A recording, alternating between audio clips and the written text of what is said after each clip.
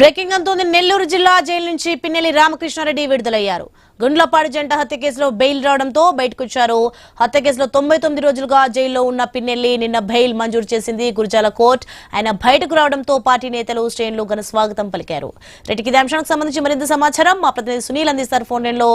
Sunil, Sony కూటమి ప్రభుత్వం అధికారంలోకి వచ్చిన తర్వాత పిన్నెల్లి రామకృష్ణకు సంబంధించి కూడా డబుల్ మర్డర్ హత్య కేసులో ఉన్నారని పిన్నెల్లి రామకృష్ణ సోదరులిద్దరిని కూడా కూటమి ప్రభుత్వం అధికారంలోకి వచ్చిన అనంతరం అయితే అరెస్ట్ చేసిన పరిస్థితి అయితే ఉంది. అయితే అరెస్ట్ చేసిన అనంతరం కూడా నెల్లూరు సెంట్రల్ జైలుకి తరలించిన పరిస్థితి. దాదాపుగా 90 రోజులుగా నెల్లూరు సెంట్రల్ జైల్లోనే ఉన్నారు. సెంట్రల్ జైల్లో ఉన్న అనంతరం కూడా ఇటీవల వైసీపీ నాయకులు కూడా పిన్నెల్లి రామకృష్ణారెడ్డికి సంబంధించి కూడా జిల్లా జైలుకి అయితే వెళ్ళిన పరిస్థితి అయితే ఉంది. వెళ్ళిన వెంటనే కూడా పరామర్శించి బెయిల్ గురించి మాట్లాడిన పరిస్థితి. ఇటీవల 2 రోజుల క్రితం కూడా పెద్దిరెడ్డి రామచంద్రారెడ్డికి సంబంధించి కానీ ఎంపీ మిథున్ రెడ్డికి సంబంధించి కూడా జైలుకి వెళ్ళిన పరిస్థితి అయితే ఉంది. జైలుకి వెళ్ళిన అనంతరం కూడా బెయిల్ త్వరలో మంజూరు అవుతుందని వాళ్ళకి చెప్పినట్లు కూడా సమాచారం ఉంది. అయితే నిన్న సాయంత్రం అయితే బెయిల్ వచ్చిన పరిస్థితి అయితే బెయిల్ వచ్చిన అనంతరం కూడా ఈ రోజు పిన్నెల్లి రామకృష్ణకు సంబంధించి కూడా నెల్లూరు సెంట్రల్ జైలు నుంచి రిలీజ్ అయ్యారు.